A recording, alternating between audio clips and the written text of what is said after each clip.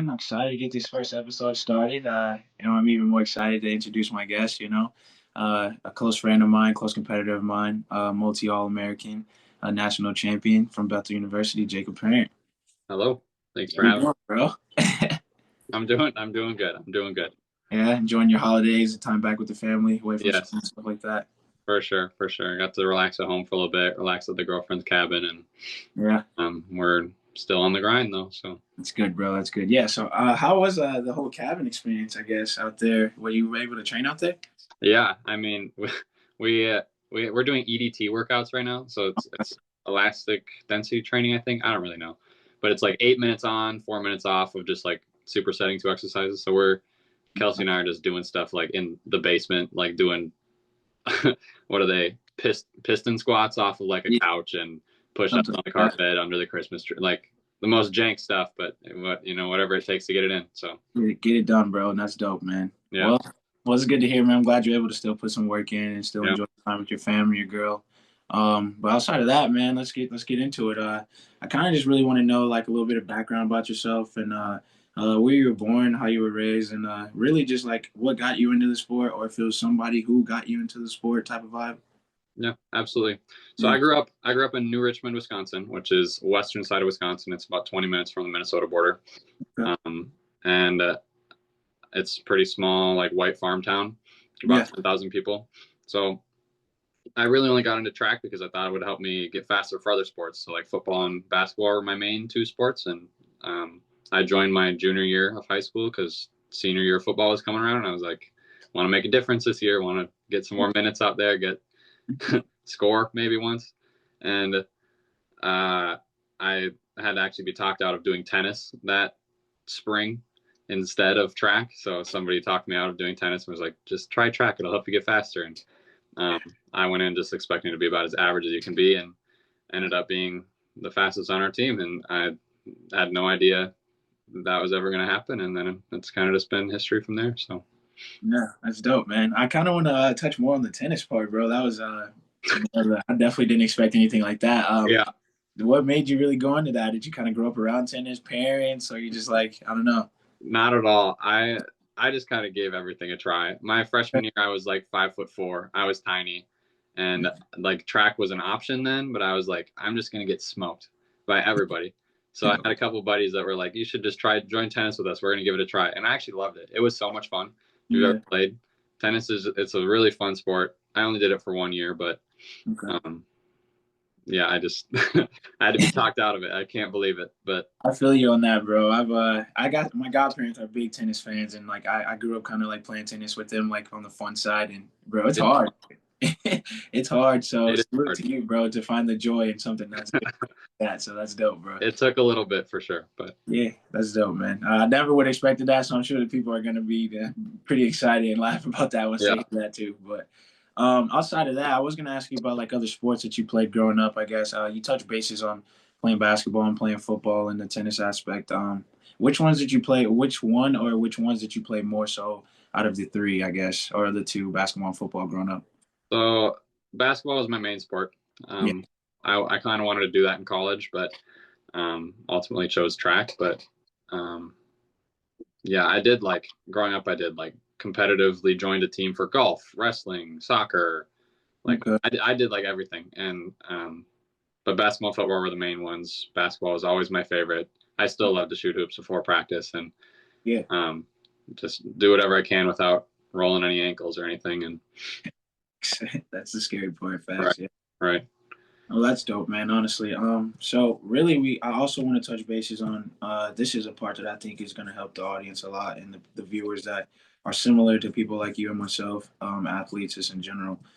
Just the management side, bro. I want to talk about how do you manage just the family side, having a girlfriend, being in school, getting prepared just for your sponsorships and things like that that you all got going on social media wise. So, yeah, just kind of touch bases on that.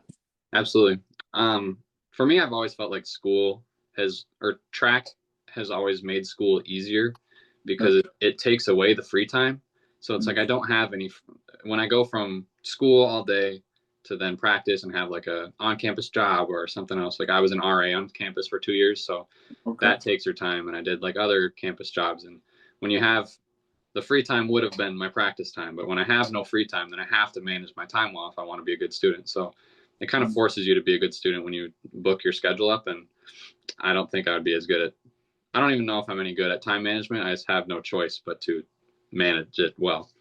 But I don't really, I have a great support system, like my family and friends and girlfriend, especially. They all just love and support me. And they know the goals that I have and they want to see me reach them. And they all help me in that way. Like they'll shut up if I need to go to sleep early or just like quiet down, and they'll, they won't try and force treats down my throat when I want to have a brownie. It's just like I have to try and stay away from those things and have some discipline. And I have an incredible girlfriend who, Kelsey.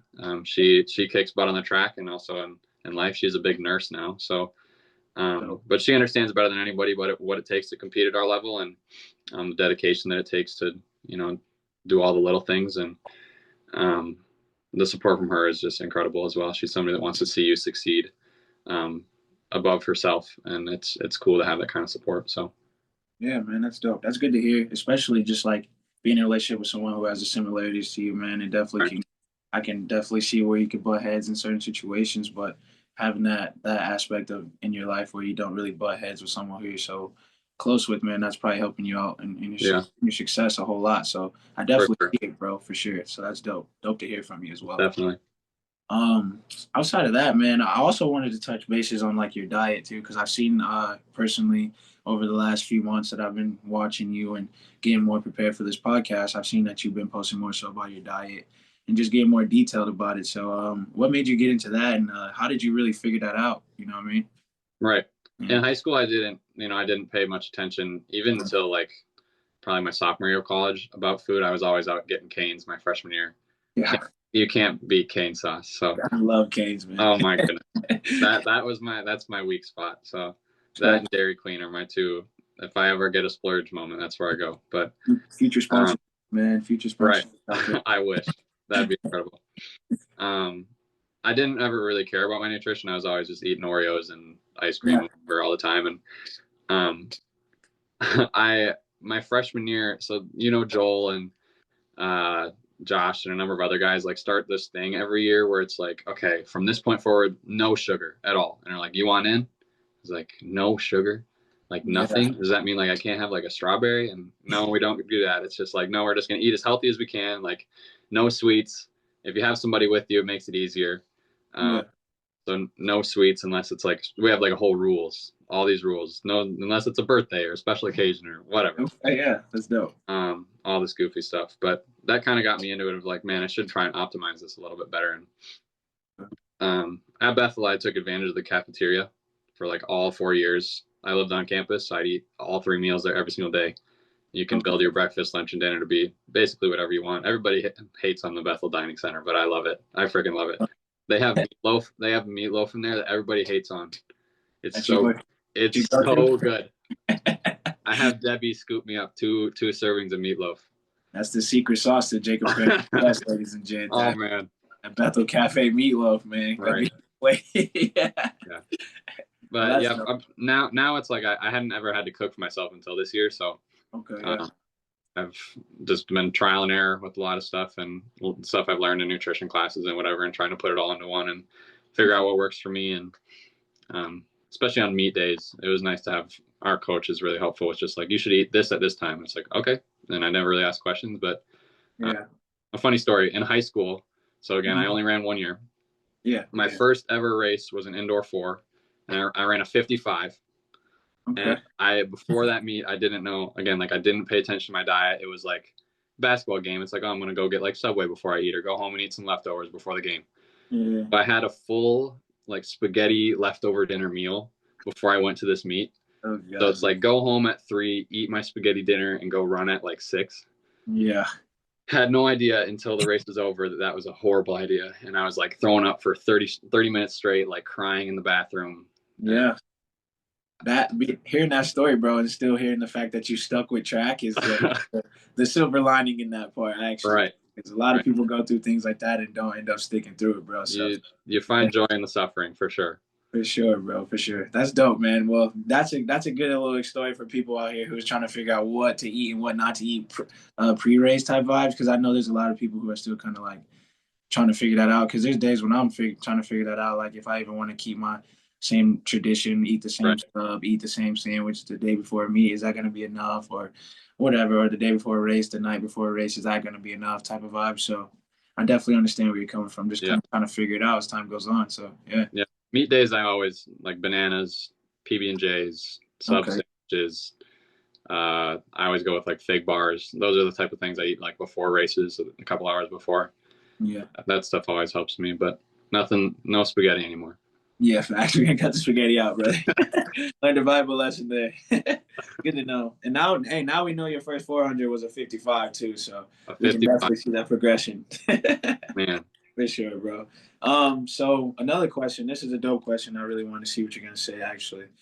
So if you were in a room right now with a high school freshman version self of Jake apparent, what would you be able to say, or what would you want to say, like motivational wise, or even like critique wise, or just how would that conversation look? You know? Right. Yeah. I would say that you just have no idea the ways that God's going to work in your life and what He's got in store for you. And like I said, like football and basketball are my main sports, and now I'm here on track podcast, talking with somebody that I never even knew back then. Yeah. Um, and big thing for me was I was like a super late bloomer back then. So high school me was like puny, 5'4", and it would frustrate me to tears just at times because I was always like just a little bit behind everybody else. Like I could keep up in athletics, but I was never just like a star. Yeah. And I still remember the day that I got my first armpit hair. I was 16 years old, and I would check every single day, and I would like check other people too. Like, man, I'm falling behind that kid, and I'm falling behind that kid now too. And it's weird, but that was just like how I was driving a car before I had a hair under my arm. So, Facts. um, but yeah, just God will open doors and close doors that you'll never see yourself in front of, and just trust in that, and that He's going to take you in all these places that you're never going to believe, and use you in ways that you don't expect. So, um, I would say back then I didn't have like I had a pretty surface level faith, and I've tried to really dive into it more since like 2023, and um, I love to just use like a platform like this and Yeah. social media and all those things to just like get the word out and give all the glory back, because it's changed my life for sure. And the Bible is alive. Like it's so interesting to me, like the visceral, like I can feel like a visceral change when you just like get in the word and try to apply the principles and the things you read to your life. And I just don't even know like how to explain it other than like it's like a tangible difference when you Yeah. just pick up this thing that just looks like paper. So it's pretty cool. So I'm 100% trust God. I definitely feel you on that, bro. I can attest to that as well, bro. And growing up in a church family, like that's good to hear, bro. Just Mm-hmm. that having that faith system, it's helped me a lot personally, mentally, and physically. I mean, God has Right. helped me out in the weight room when I don't want to do another rep, when I don't want to go pick up that heavy deadlift, and I'm like, well, I know God was doing a lot harder things, so I'm sure Right. I do this Yeah. like that, and just like looking at it, and I would say more of a simple aspect outside of like thinking at it so broad and what the world wants you to think about God and all that, and just kind of like trying to hone in on your own and trying to figure out your faith. And the way you just touched on it, man, being an athlete and like incorporating that into your life, man, that's dope. Dope to hear for real. Yeah. Yeah. Absolutely. If he can carry a cross, we can pick up a dang bar, right? You feel me, bro? Like for real, man. And some people kind of hear stuff like that and be like, "Oh, that's like whatever." But like, if you really think about it, man, it was way difficult, way more difficult. Mm-hmm. So, absolutely, man. It helps me out personally, and I see it helps you out too, man. So that's good. Absolutely. Yeah. Outside of that too, man, we really just want to talk about another part of like your high school life, I guess. Just like you touch bases on the football and basketball aspect and how you were pretty much those were your main focuses. I'm assuming you weren't really recruited out of high school with track. Would that be Nah. so? How was that? How was that whole experience? I guess the whole recruitment process. Right. Yeah, I wasn't really recruited at all. Like I said, I was pretty average all around, like always kind of on the cusp of being like a decent athlete, but never a star at all. So I Okay. might have a couple of my times here that I'll read for people to know, just that like progress can happen.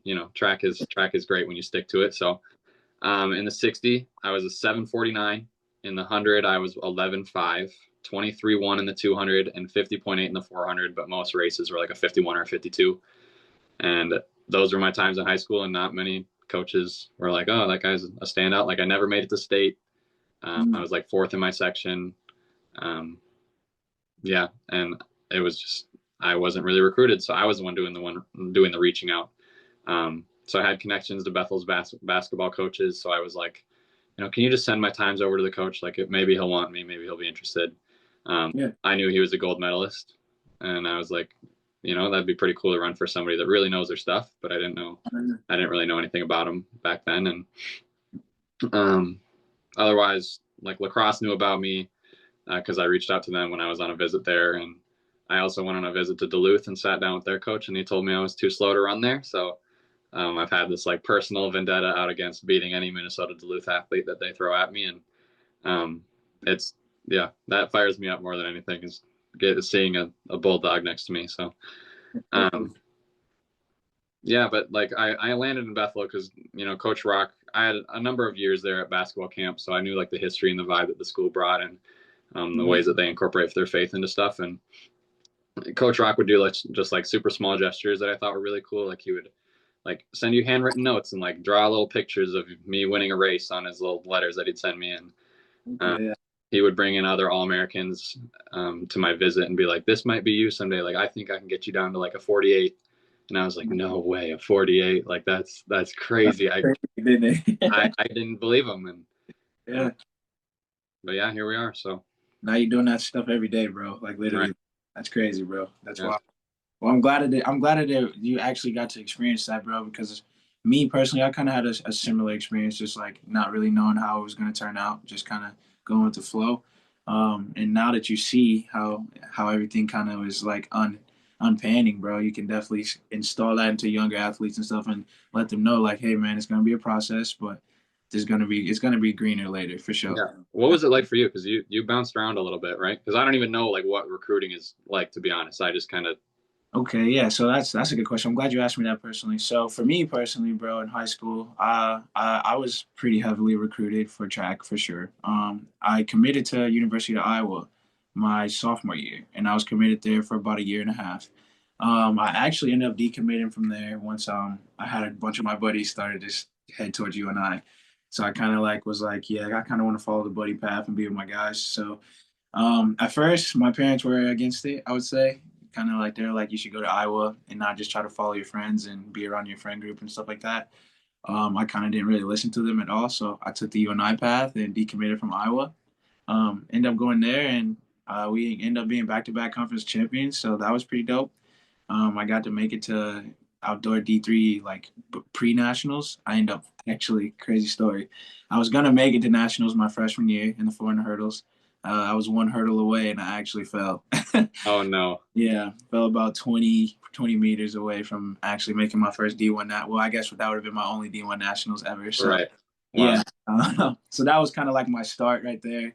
That experience for sure helped me out a lot personally. I would say it made me realize like, damn, bro, like you're right there. You know what I mean? But still got a lot of work to do type of vibes because I lost focus on that last hurdle, and that's what definitely made me fall, right, thinking about trying to win too bad in that moment. right, But outside of that, I kind of stayed there, but I got started to get hurt that following year a whole lot with my groin, hurtling quite a bit. So I really just didn't have the motivation anymore, bro, to even run, even go to school, anything like that. right, I took a gap year, took a nice gap year, started working, did a lot of retail and stuff like that. And actually working is what caused me to really want to run track again. Going to work every day, bro. not fun, Yeah, it wasn't the best. It wasn't the best. And then like also like seeing a lot of the people that I've competed against, or even just friends in general, like seeing them during the seasons and stuff like that. And I'm just like, damn, bro, like that could be me, but I'm sitting back here counting up money and giving out freaking receipts. So it made me really look at stuff differently. I had a couple buddies that were out in Dubuque. They're like, hey man, if you want to run track, we know this guy named Chad Gundelson. He'll definitely probably give you a chance. And send right, him an email, kind of like you. I was kind of betting on myself at the time. Sent him an email, and Chad got back to me the next day. He was like, "If you want to come on a visit, we can set something up." The visit went really well. He asked me a few questions about how my previous coaches would say I was as an athlete, and he just wanted to know. And I gave him the truthful answer. I'm a hardworking, good leader type of vibe. And Hmm. he's like, if I ask these guys if they're gonna say the same thing, I'm pretty sure you'll be a good fit here. I gave it about 4 hours. He called me back, and he was like, "You want to come to school here?" And I was like, "Yeah, let's do it. Let's rock it." Now I'm here, bro. He National. knew what he wanted. Yeah, he saw it in me, bro. So I appreciate him a lot. He definitely could see the journey that I was gonna take before I even started it. So I appreciate him a whole lot. No Uh, cap. Yeah, that's man. great. Yeah, but that was wild. I just kind of gave you my whole life story, I guess. Oh, With that's great. I've never heard it before. I've always kind of wondered like how did this guy end up D3? You know, he was a Yeah, for sure. It was just kind of just like a roller coaster experience, man, and just landed there, and then I was comfortable. As soon as I got to Dubuque, it felt like I was at home right away, just to good. vibe with the team and the coaches and the community in general. So I'm glad I took the risk because it was a little different from being in Waterloo, where I'm raised and stuff like that, and Yeah, Jefferson. So it was actually a lot different. But I'm super glad I took the risk, and it put me in position to do things like this outside right. of being fast and going and win a national championship. It put me in position to meet guys like you and be able to start platforms like this and stuff like Right. that. So I appreciate it all for sure. Yeah. It's been cool. We for some reason we've always like been drawn to you, like you're the Dubuque guys. Like Yeah, it's been pretty cool. Like I remember just like sitting down with a couple of um specifically Jerry Steed. I love that dude. coolest guy ever, man. Yeah, that guy's great. But just like sitting out with him in some random hotel eating breakfast and just like Just shoot. vibing. Yeah.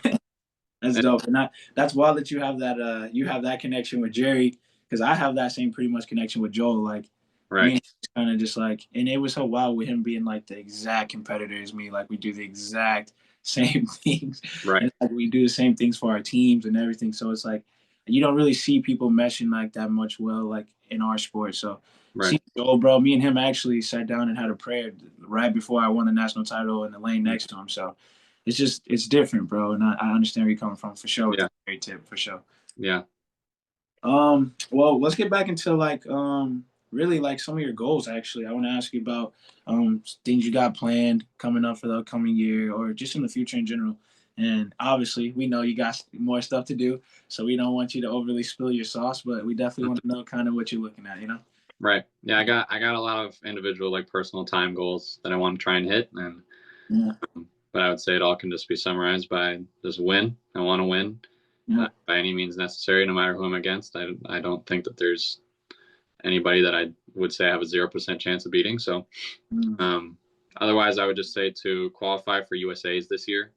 I was a yeah, little short of the trials last year, and USA's the year before, and I had a teammate that qualified, so that'd be pretty cool to see if we can make it back together. And whether that's the 200 or the 400 or both, I really don't know what it's going to be. I kind of shocked myself in the 200 a little last year, and what is moving, man? yeah. Otherwise, though, like personally, I'm going to be going to physical therapy school for 3 years, so that'll be Yeah, starting this summer, and that'll be at lacrosse. So I won't be running for them. I don't know if I could ever do that. Um, I love them. You know, they're great competitors, but I'd rather keep them competitors. And I feel uh, you on that, bro. but I plan to like still train down there, and they have incredible facilities, and you know Yeah, they have some really good guys and coaches down there as well that'll um, hopefully be in support of that and help me along the way, and absolutely. with the eyes on the 28 trials. So we'll see. That's dope, bro. I'm pretty sure you probably know that's a goal of mine as well too. So Absolutely, I'm sure we'll see each other at the top here soon, brother. hope so. Got to stay focused and stay to it, man, like we Right. always have been. Outside of that, man, really. So I want to touch base on this too. If you had like a dream race, really, like any race, it could be. It could be something that you never done before either. Like it doesn't even have to be your main thing. If you had a dream race, who would be in it? What would it be? Or like where would it be at? Also, like where would the setting, the stage be? If you have like a place in mind in general, like just kind of give us your idea on that. You know? Right. I would say I love the two, and but the 400 kind of has my heart as much as it sucks. It's just like Yeah. there's a lot of fulfillment when you finish that race and you're like, man, I just did that. You know, like that hurt so bad and I just did it. So Facts. um, I would say all I care about is racing Coach Rock. I want to race him. I would never get the opportunity. He keeps dodging when I ask him, but you know it makes sense. And Yeah. but in his prime, you know, I'd love to. He's a D3 legend, and he can have whatever lane he wants. Hopefully, I can have like 5, 6, or 7. and it'd be really cool to just like race somebody like him that I just like. I look up to him so much as an athlete, uh, Yeah, as a mentor, and as a just as a person and a friend, yeah, more than just a coach for me. And I've only heard stories of how good he was back then, so it'd be really cool to take a man. stab at him, and then all the other lanes we can fill with Minnesota Duluth guys Those because Port the Loop boys, man. yeah, that'll get me fired up if I'm not already fired up enough. And I mean, yeah, there's like some other pros that'd be cool to race, but Yeah, for like sure. it'd be cool to go to the trials and like Sam Blaskowski's got the opportunity to like Lyle's on his left, Kenny on his right, like that's cool, and that'd be Great. great. Like I grew up actually playing. I played against Kenny in football. He went Yeah. to Rice Lake High School, so they're like 40 minutes away from where I grew up. So Okay. on scout team, I was always like, "You're Kenny," and then like they'd like put me in. I was never even close to as fast because again I was tiny, but Different, bro. it was cool. I never got to race him either. He graduated the year before I joined, so Okay, good to know. Yeah, I was gonna ask that next. I was like, so you just did he play any other sports? He just played football and track. Did he he play? was yeah, he was football and track, and we had this like triple option offense where it was like they had two other kids, the Clairvaux brothers. They ran at Minnesota, really Okay, talented guys, but they would put them on like the wings, and they just put Kenny on the outside, and if they just hand it off to one of those two guys or toss it deep, and he just outrun everybody. It wasn't fair. just have your way with Kenny, huh? Well, that's a good experience to have growing up, having to compete against someone like that, bro. I'm sure that probably motivated you and gave you that motivation that you needed. Just to Right. see someone that you can go be like as well. That's so close to you in your neighborhood and stuff like that. So that's dope to hear as well, man. I really want to race at Hayward Field. I've never got to, and You know, that place looks incredible. So I feel. hopefully soon. I mean, what would you say? Who would you? What would your dream race be? As of right now, I'm actually like a huge fan of Rod Benjamin. Actually, and I know we don't really hear our competitors say that as much, saying like I'm a fan of someone, but me personally, I'm a fan of Rye. But I would also like to race him, and I would love to beat him one day. That's like a absolute goal of mine. And actually, it doesn't even have to be anyone else. It could just be me and him. Because I've followed him for so long and seen Right. his process and what it took for him to get that gold medal this past year. Yeah, bro. Like I have similarities to things like that as well because it took me a lot. It took me a while to really get to my mountaintop and winning a natty last year. So I kind of felt that same type of vibe from him as well. And just seeing the way that he competes in that event, particularly in the way that he talks about it, he helps me out personally, like with just a lot of my race techniques, just hearing his interviews and listening to some of his like podcasts because he has a podcast as well right now. And just that aspect as well, just like knowing that he's so good and being in a race with him would like pull the best out of me. You know what I'm saying? Right. That's definitely the answer for me, right? Yeah. For sure. He's built so different, dude. Yeah. He's got the perfect build. And he It's showed me, it's fun to watch him run. yeah, bro. And then that 4x4, like that was insane, bro. Like that was literally insane. Like I could see myself in those type of positions. So racing a guy like that would definitely be super lit. Right. Absolutely. Okay. Outside of the dream race, bro, I really just wanted to know, like, so D3, like, obviously now you didn't really know you were going to be some D3 athlete, but now that you've gone through this process, bro, you're kind of like one of the faces of D3 when it comes to track, bro. So how do you feel like this is a good fit for you, or like, how do you feel like this has worked out for you, I guess, just being a D3 athlete? Right. I think D3. I didn't ever think I would make like have the opportunity to go D1, and I never joined like went to the portal or anything to test it out. But Mm-hmm. yeah, I just think D3 is a spot for me just because of the people. Um, Even just like this opportunity, I get to be on a podcast with some guy that I met at a track meet someday, and now we're friends. It's just like, and it's just cool. Like I said, like the relationship with you and the other guys on your relay, and there's other relay teams that are like that as well, and just other guys that I've gotten to be friends with through the sport. Um, Yeah. I At Bethel as a whole, though, it's like the whole track team is just like a different vibe. Like it's filled with some of the best, like sweetest, most loving and selfless people that you'll ever meet, and they don't really care how good you are. They don't care how fast you run. They don't care if you PR today or tomorrow or never. It's just like they just care about you as a person, and that's not just my teammates, but it's like rooted in my coaching staff, and that's where it all comes from. Is not only Coach Rock who sets that standard for everybody, but I have an entire coaching staff: Coach Rango, Coach Hatton, all my lifting coaches, and down to the athletic trainers who pull my ankles back into place. You know, it's like, Yeah. shout out Amy. She, it's like they don't look at you as a point scorer or just another number. Whereas I Yeah. feel like that would maybe be the vibe in Division One. I don't know because I never lived it, but that's just the stuff I've heard. And Yeah. they just look at you as a human being and somebody who's, you know, a son of God, and like they care about me far more as a person and my growth as a person and in my faith than they do about my growth or performance on the track. And that's special to know that, like, win, lose, injury, failure, whatever, like I'm still going to be loved by those people and supported. And you can't really find that everywhere. And I think that's super special. So Yeah. I'm back for a fifth year and I'm going to cherish it 100%. And when all's said and done, you know, the trophies will be collecting dust on a shelf, and Yeah. all that we're really going to remember is the relationships and the memories and the laughs and all the fun times in the hotels and you know, just all those moments with your buddies. And yeah, I give it all up to do it over again. Every trophy, every success, you know, I'd love to just relive all those times with the friends. So For sure, bro. Would you say now that you're here in this moment, does it feel like it all just kind of went by so fast, huh? Did so it? dude, you have no idea. Like, You actually have every idea. Yeah. yeah, Yeah. for sure. I feel you 100%, It bro. goes so fast. It's like how I'm now 22 and I'm in year 5 and it feels like I just got here, you know. Uh, Yeah. yeah, I don't know. It goes so fast, and I wish it was not the case, but you know, it's just how it goes. And Yeah, absolutely. Well, being a guy like you, man, and in the position you are, you just, well, God bless you with the ability to be able to try to at least go on further from this, bro. So yeah, I'm excited to see what your path's going to be like. Excited to see where our paths are going to cross in the future as well, man. So absolutely, just keep on grinding, bro, as I'm sure you will do, and just keep on motivating everyone, like I'm sure you will do as well. And we're gonna stay in touch for sure, man. Try to get absolutely. together sometime soon and get some training in this as well, and go from there, bro. So Let's do it. No, I yeah, appreciate you having me on. This is cool, and I always, be brother. back on in the future.